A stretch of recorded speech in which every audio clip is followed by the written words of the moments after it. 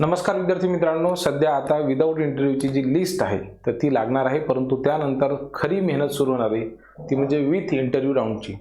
अनेक विद्यार्थी असे आहेत की ज्यांनी गणित आणि विज्ञान या दोन विषयांसाठी अप्लाय केलेला आहे 6वी पासून 10वी पर्यंत। काही विद्यार्थी असे आहेत की ज्यांनी फक्त गणितासाठी अप्लाय केला आहे, तर काही विद्यार्थी असे आहेत की ज्यांनी गणित आणि विज्ञान या दोन्ही विषयांसाठी अप्लाय केलेला आहे। काही विद्यार्थी 6वी ते 8वी, तर काही विद्यार्थी 9वी 10वी, तर काही विद्यार्थी 6वी पासून 10वी पर्यंत एलिजिबल आहेत। अशा विद्यार्थ्यांनी गणित आणि विज्ञान विषयाची तयारी कशा पद्धतीने करावी, त्याचबरोबर समजा तुम्ही 1ली ते 5वी पर्यंत सुद्धा शिकवत असाल आणि तुम्हाला डेमोची तयारी करायची असेल आणि त्यामध्ये गणित हा विषय मुलांना कशा पद्धतीने शिकवायचा याबद्दल जर माहिती पाहिजे असेल तर हा व्हिडिओ तुमच्यासाठी आहे। या व्हिडिओमध्ये मी तुम्हाला अत्यंत सविस्तरपणे सांगणार आहे की गणित आणि विज्ञान विषयाची मुलाखत देताना आपल्याला कोणत्या गोष्टींची तयारी करायची आहे, डेमो देत असताना नेमकी कोणती काळजी घ्यायची आहे, म्हणजे जेणेकरून त्याचा फायदा आपल्याला या शिक्षक भरतीमध्ये आपली निवड होण्यासाठी होईल। चला तर अत्यंत कमी वेळेमध्ये अत्यंत दर्जेदार माहिती पाहण्यासाठी सुरुवात करूयात। विद्यार्थी मित्रांनो, एक गोष्ट लक्षात घ्या, आता तुम्हाला काय करायचं माहिती आहे का, डेमो द्यायचा आहे, त्यामुळे तुम्हाला तुमचे विषय ज्ञान हे चांगलंच असलं पाहिजे। तुम्हाला शेवटी किती म्हटलं तरी तुमच्या विषयावरती काय पाहिजे, कमांड पाहिजे। विषयावरती जर कमांड असेल तर आपण काही करू शकतो। दैनंदिन जीवनामधील वेगळे उदाहरणं असतील, वेगळे सूत्र असतील, वेगळे सिद्धांत असतील, याची माहिती आपल्याला स्वतः पाहिजे, म्हणजे जेणेकरून आपण काय करू शकतो, विद्यार्थ्यांना देऊ शकतो। आणि आपल्याला जी माहिती आहे त्या माहितीचा उपयोग विद्यार्थ्यांना झाला पाहिजे, त्याची सखोल माहिती विद्यार्थ्यांना दिल्या गेली पाहिजे। आणि म्हणून आपल्याला आपल्या विषयाचं सखोल ज्ञान असलं पाहिजे। हे कोणताही इंटरव्ह्यू घेत असताना विज्ञान आणि गणिताच्या विषयामध्ये समोर जो पॅनल पाहत असतं ती अपेक्षा तुमच्याकडून व्यक्त करत असतं, ही गोष्ट आपण लक्षात घेतली पाहिजे। म्हणून माझे विद्यार्थी मित्रांनो, तुम्हाला विनंती आहे की ज्या वेळेला तुम्ही गणित आणि विज्ञानाचा डेमो द्यायचा असेल तर पाठांतरापेक्षा जो कन्सेप्ट आहे तो कन्सेप्ट विद्यार्थ्यांना समजून सांगण्यासाठी नेमकं काय कराल याच्याबद्दल तुम्ही विचार केला पाहिजे। मी तुम्हाला सांगतो विद्यार्थी मित्रांनो, एक छोटंसं उदाहरण घेऊन सांगतो। गणित आणि विज्ञानाच्या संदर्भामध्ये सर्कम्फरन्स जर विचारलं, वर्तुळाचा परिघ, तर या संदर्भामध्ये अनेक वेळा असा प्रश्न विचारला जातो की व्हॉट इज पाय, पाय म्हणजे काय असतं, पायची व्हॅल्यू किती असते। अनेक विद्यार्थ्यांना माहिती असते की 3.14 22/7 हे पाठांतर केलेली व्हॅल्यू आहे, पण ती व्हॅल्यू फाइंड आउट कशी केली, बरोबर आहे। म्हणजे जर आपण एखादा सर्कल असेल आणि त्या सर्कलच्या सर्कम्फरन्सला, त्याच्या परिघाला जर त्याच्या डायमीटरने जर भागलं, तुम्हाला माहिती असेल तर त्याचं उत्तर हे कधी पण 3.14 येते किंवा 22/7 येते।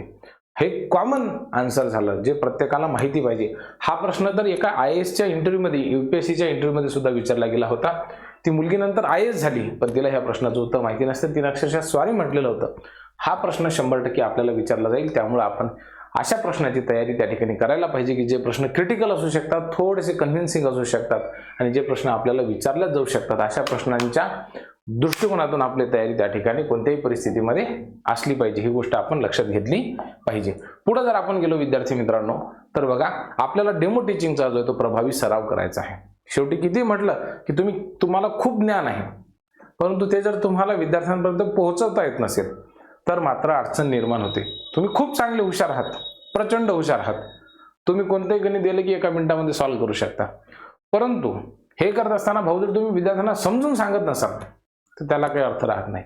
म्हणून तुमचं ज्ञान वेगळी गोष्ट आहे आणि डेमो ही वेगळी गोष्ट आहे। आता समजा मला फापट पसारालाही माहित आहे, परंतु मी जर तुमच्यापर्यंत योग्य भाषेमध्ये कन्व्हिन्स करू शकत नसेल तर माझा व्हिडिओ विद्यार्थी बघणार नाहीत। मी जर जो काही टॉपिक तुम्हाला शिकवत आहे तो जर तुम्हाला व्यवस्थित पद्धतीने समजत असेल तर तुम्ही माझा व्हिडिओ पाहाल, अन्यथा तो तुम्ही पाहणार नाही। अगदी तशाच पद्धतीनं तुम्हाला जो काही कन्सेप्ट गणित आणि विज्ञानामध्ये शिकवायचा आहे तो विद्यार्थ्यांच्या डोक्यामध्ये गेला पाहिजे, तुमच्या डोक्यामध्ये असून फायदा नाही। अल्बर्ट आइन्स्टाईनचं उदाहरण आहे।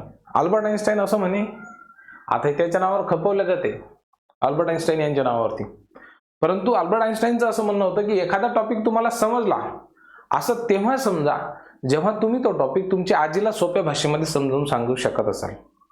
मग जर समजा पायथागोरसचा थेरम तुम्हाला शिकवायचा आहे किंवा इथे जसं आहे प्रकाशाचं परावर्तन म्हणजे द रिफ्लेक्शन ऑफ लाईट तुम्हाला जर शिकवायचं असेल तर ते तुम्ही लहान मुलांना नंतर शिकवा, आधी घरातल्या आजीला शिकवा। तुम्ही सांगा सर माझ्या घरात आजीच नाही, दुसरी आजी पकडा, आजीला समजून सांगा प्रकाशाचं परावर्तन काय असते सोप्या भाषेमध्ये। आणि जर समजा आजीला समजलं आणि मग बुढीनं जर समजा तुमच्या कानावर असा हात फिरवला तर समजून जायचं तो टॉपिक आपल्याला समजला, असं अल्बर्ट आइन्स्टाईन म्हणते। मग तोच जो डेमो आहे, तोच जो उदाहरण आहे, तो जो सिद्धांत आहे तो आपल्या डोक्यामध्ये ठेवा, त्याच्यानुसार डेमोची प्रॅक्टिस करा। उदाहरणार्थ विद्यार्थ्यांना प्रश्न विचारायचे, काही विद्यार्थ्यांचं पूर्वज्ञान चेक करायचं, विद्यार्थ्यांच्या तुम्ही जे काही संकल्पना समजून सांगणार आहात त्या बोर्डवरती प्रभावी पद्धतीने लिहिता आल्या पाहिजे, आपल्या डायग्राम आपल्याला सुद्धा समजल्या पाहिजेत. नाही तर डेमोमध्ये काही काही विद्यार्थी अशा पद्धतीने डायग्राम काढतात की त्यांची डायग्राम त्यांनाच कळत नाही, मग ते 3 वेळा खोडतात आणि 3 वेळा पुन्हा रिप्रेझेंट करतात, ते पुन्हा ड्रॉ करतात. मग अशा परिस्थितीमध्ये पॅनलवरती जो आपला नकारात्मक परिणाम पडतो. म्हणून तुम्हाला माहित किती आहे याच्यापेक्षा तुम्ही ते किती इफेक्टिव्हली सादर करता हे महत्वाचं आहे. तुम्ही बघितलं असेल काही लोक 2-2, 3-3 तासाची व्याख्यानं देऊ शकतात, परंतु त्यांना जर 5 मिनिटाच्या भाषण स्पर्धेवरती जर पाठवलं तर त्यांचा नंबर येत नाही. हा फरक आहे. कारण की 5 मिनिटामध्ये तुम्हाला खूप सारी माहिती सांगायची असते. आता हा तुम्हाला डेमोसाठी काय तुम्हाला 2-3 तास तर देणार नाहीत भाऊ, 10-15 मिनिटं. आणि तुम्हाला ऐकायचं की नाही ऐकायचं हे विद्यार्थी पहिल्या 5 मिनिटामध्ये ठरवते. तुम्ही गेले, तुमची एंट्री कशी आहे तुमचं त्याच्यावरती आपण नंतर एखाद्या वेळेस बोलू, परंतु डेमो टीचिंगचा तुम्ही चांगल्या पद्धतीनं सराव करा. मला तरी असं वाटते दैनंदिन विद्यार्थ्यांच्या दैनंदिन जीवनामधले उदाहरण आपण घेतले पाहिजे. नाही तर बमाट आपण शिकू राहिलो इकडचे तिकडचे उदाहरण ना, विद्यार्थ्याच्या जीवनामध्ये विद्यार्थ्यांना रिलेट केलं पाहिजे अशा पद्धतीनं. म्हणजे मी तुम्हाला सांगतो, मी ज्या वेळेला लाईट हा विषय शिकवतो, आता मी असं म्हणत नाही की माझी ट्रिक सर्वात प्रभावी आहे म्हणून, परंतु मी विद्यार्थ्यांना लाईट सांगत असताना लाईट कधीच डायरेक्ट असं सांगत नाही. विद्यार्थी मित्रांनो, मी त्यांना म्हणत असतो की आपल्या रूममधून जर हवा काढायची असेल तर आपण जसं व्हॅक्यूम क्लिनर वापरतो, मला तसं सांगा बरं. जर आपल्याकडे अशी मशीन असली आणि आपल्या रूममध्ये ज्याच्यामुळं मी तुम्हाला दिसतो किंवा तुम्ही मला दिसतात ते जे काही असेल ते जर आपण एखाद्या मशीनच्या साहाय्याने जर बाहेर काढलं तर आपल्या रूममध्ये काय राहील?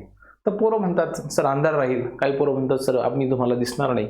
मग मी त्यांना म्हणत असतो की ठीक आहे, तुम्ही मला दिसत नाही की नाही, मी तुम्हाला दिसणार नाही, मग त्याला काय आहे, ते काय आहे की ज्याच्यामुळे मी तुम्हाला दिसतो, तुम्ही मला दिसता?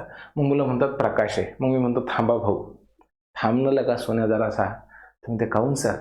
मी म्हणतो लगा ते प्रकाश नव्हे, प्रकाश तर लाईटमुळे पण येईल. समजा तो प्रकाश पडला आणि तिथंच पडला आणि मी एका कोपऱ्यात आहो आणि तो प्रकाश माझ्या अंगावरतीच नाही पडला, तर मी तुला दिसन का? ते म्हणते मग नाही सर. मग एक गड्या म्हणतो लक्षात घे की तो प्रकाश माझ्या अंगावरती पडते, माझ्या अंगावरती पडल्याच्या नंतर तो सरळ तुझ्याकडे येते आणि मग मी तुला दिसतो. याला म्हटलं जातं प्रकाशाचं परावर्तन. आणि मग त्याला समजून सांगायचं की प्रकाशाच्या परावर्तनाचे 2 भाग पडतात, बरोबर आहे का नाही? आता इंग्लिशमध्ये जर सांगायचं झाल्यास एकाला म्हटलं जातं रेग्युलर रिफ्लेक्शन, एकाला म्हटलं जातं इरेग्युलर रिफ्लेक्शन. नंतर मी काय करेल त्याच्यावरती डेमो टाकेल, मला जशा पद्धतीने जमते तसं. प्रत्येकाची पद्धत वेगळी असते, तुमची पद्धत वेगळी राहील, माझी पद्धत वेगळी असेल. इंग्रजीमध्ये शिकवताना वेगळी असते, मराठीमध्ये शिकवताना वेगळी असते. काही विद्यार्थी आता आपल्याला सेमी इंग्लिश मिडियमचे असतात, त्यांच्यामुळे त्यांची सुद्धा मेथड काय असू शकते, वेगवेगळी असू शकते. म्हणून काय करावं लागते, आपण निष्कर्ष आणि पुनरावलोकन करायचं. शेवटी शिकवताना किती नाही म्हटलं तरी तुमच्याकडे प्रयोग आणि प्रयोगशाळा आहे. एक म्हणजे काय, तुम्ही एक्सपेरिमेंट करून दाखवू शकता जो टॉपिक तुम्हाला शिकवायचा आहे. समजा तुम्हाला मोशन शिकवायची, सर्क्युलर मोशन शिकवायची, युनिफॉर्म सर्क्युलर मोशन शिकवायची, लिनियर मोशन शिकवायची, कर्व्हिलिनियर मोशन शिकवायची, रोटेशनल मोशन, सर्क्युलर मोशन शिकवायची, काहीच नाही. एक दगड घ्यायचा, दोरीला बांधायचा. मी तर पुण्याच्या SP कॉलेजमध्ये सुद्धा हेच कार्यक्रम केला होता. दगड घ्यायचा, दोरीला बांधायचा आणि शिकवायचं ऑसिलेशन. तो जर मला दगड असा सरळ रेषेत फेकून मारला तर त्याला म्हणायचं लिनियर मोशन. तो जर असं दोरीला बांधला असं जर आपण करून राहिला तर ते कर्व्हिलिनियर मोशन. या दगडाला जर असं वर फिरवलं तर सर्क्युलर मोशन. हा दगड घ्यायचा आणि असा स्वतःभोवती फिरवायचा, त्याला म्हटलं जातं रोटेशनल मोशन. झालं. पोट्ट्यानं 2 मिनिटांमध्ये सगळ्याच्या सगळ्या मोशन मधला फरक समजला. पोट्टे बिन खुश, पॅनल बिन खुश, आपणही खुश आणि झालो सिलेक्ट. अशा पद्धतीने आपण 6वी ते 8वी 9वी 10वीच्या विद्यार्थ्यांना सोप्या शब्दांमध्ये शिकवू शकतो. म्हणून प्रयोग, तुम्ही कोणता एक्सपेरिमेंट करता, समजा तुम्हाला केमिस्ट्रीचा विषय शिकवायचा असेल, बायोलॉजीचा विषय शिकवायचा असेल, तुम्हाला झुरळ दाखवायचा असेल किंवा सेल्स दाखवायचे असतील, काही ऑर्गॅनिझम्स दाखवायचे असतील, तर अनेक शाळांमध्ये ते ऑर्गॅनिझम्स असतात, म्हणजे प्रयोगशाळा असते. तुम्हाला डेमो द्यायचा आहे ना, हळूच प्रयोगशाळेमध्ये जायचं, तिथे काय आहे का बघायचं, तेच घेऊन यायचं आणि तेच शिकवायचं. अनेक ठिकाणी चार्ट्स असतात, तेच घ्यायचे. तुम्हाला काय, तुम्ही दूर ठिकाणी जर समजा इंटरव्ह्यूसाठी जाणार असाल तर तुमच्याकडे हे सगळं साहित्य असणार आहे का नाही, मग तेच घ्यायचं आणि तेच शिकवायचं विद्यार्थ्यांना तिच्या तिथं. याला जुगाड म्हणतात भाऊ, ते आपल्याला करता आला पाहिजे. 100% मला असं वाटतं की तुम्हाला ते करता येईल. गणितासाठी भीतीमुक्त वातावरण तुम्ही तयार केलं पाहिजे. गणित शिकवताना वेगवेगळ्या मेथड आहेत. इंडक्टिव्ह मेथड आहे, डिडक्टिव्ह मेथड आहे, इझी टू डिफिकल्ट मेथड आहे, डिफिकल्ट टू इझी मेथड आहे, बरोबर आहे का नाही. लेक्चर मेथड आहे, एक्सपेरिमेंटल बेस्ड मेथड आहे, ऍक्टिव्हिटी बेस्ड मेथड आहे. तुम्हाला कोणती वापरायची तुम्ही आधी ठरवून घ्या आणि मग जे ते तुम्ही शिकवण्याचा प्रयत्न करा. विद्यार्थ्यांसोबत मैत्रीपूर्ण संवाद साधा. दैनंदिन जीवनामधील आपण उदाहरण द्या. त्यांना समजण्यासाठी. फ्रॅक्शन शिकवण्यासाठी पोळीचं उदाहरण देऊ शकतो. तू किती पोळ्या आणल्या? ते म्हणजे 2 पोळ्या. कधी कधी आपण त्याच्यामध्ये पूर्ण खात नाही, मग पोरगं म्हणते सर आपण अर्धी खातो किंवा थोडासा भाग राहतो. बस मग थोडासा भाग राहतो, मग किती खाल्ला ते लिहायचं, किती राहिलं ते लिहायचं. पण ते कसं लिहितात? तर त्या पोळीचा कितवा हिस्सा राहिला? समजा एका पोळीचे आपण 4 भाग केले, तू 3च खाल्ले, बरोबर आहे की नाही? मग तो 1 भाग राहिला, मग त्याला आपण कसं लिहितो? 3/4 आणि उरला किती? तर 1/4. म्हणजे त्याला काय म्हणतो आपण? 3/4 किंवा 1/4 अशा पद्धतीने झालं. फ्रॅक्शन समजलं विद्यार्थ्यांना. मग त्याचे इम्प्रॉपर आणि प्रॉपर फ्रॅक्शन. मग त्याच्यामधनं आपण पुन्हा किंवा तो 2.5 पोळ्या खाल्ल्या, तर मग ते कसं लिहितात? 2 इंटिजर 1/2 हे झालं 2.5 पोळ्याचं उदाहरण. म्हणजे अशा पद्धतीने आपण सोप्या सोप्या पद्धतीने शिकवू शकतो. चुकलं तर समजा धरून बदलायचं नाही, त्या ठिकाणी मार्गदर्शन करायचं त्यांना, नाही तर बस धरला का ठोकला. नेहमीच सराव करायचा आणि आपले त्वरित काय करायचे? अभिप्राय द्यायचे. म्हणजे विद्यार्थी काय होईल? खुश होऊन जाईल. तुम्ही वेगळे जे आहे ते उदाहरणं घेऊ शकता. विद्यार्थ्यांचा सहभाग जास्तीत जास्त करण्याचा प्रयत्न करायचा. जेवढे जास्त विद्यार्थी तुमच्या डेमोमध्ये सहभागी होतील तुम्हाला त्याचा फायदा होईल. म्हणजे जास्तीत जास्त प्रश्न विचारा. एवढे विचारू नका की पोरं कंटाळून जातील. गटचर्चा करा, जोडीने चर्चा करा, काही विद्यार्थ्यांना उभं करा, त्याच्यासाठी टाळ्या वाजवा. दैनंदिन जीवनामधील उदाहरणं तर हे तर प्रत्येक ठिकाणी द्यायलाच पाहिजे. लहान लहान चाचण्या तुम्ही घेऊ शकता, छोटीशी चाचणी घेऊ शकता. आता त्याचं कसं प्रिव्हियस नॉलेज चेक करण्यासाठी तुम्ही त्यांना तोंडी उदाहरणं देऊ शकता. किंवा आता बघा, समजा तुम्ही समीकरण शिकवत आहात, एक सोपं उदाहरण म्हणून मी तुम्हाला सांगतो. समजा तुम्ही समीकरण शिकवून राहिले आणि विद्यार्थ्यांचं तुम्हाला प्रिव्हियस नॉलेज चेक करायचं आहे. तुम्हाला समजा क्वाड्रॅटिक इक्वेशन शिकवायची आहे, त्याच्यापूर्वी तुम्हाला आधीचं जे काही शिकवलेलं असेल ते पाहायचं असेल, म्हणून तुम्ही एक एक्सपेरिमेंट बेसवरती हा प्रश्न देऊ शकता. अशा पद्धतीने म्हणजे हा देऊ नका, तुम्ही दुसराही कुठला देऊ शकता की सांगा बरं म्हणा x4 + 4 = 5 आहे, मग x ची किंमत किती?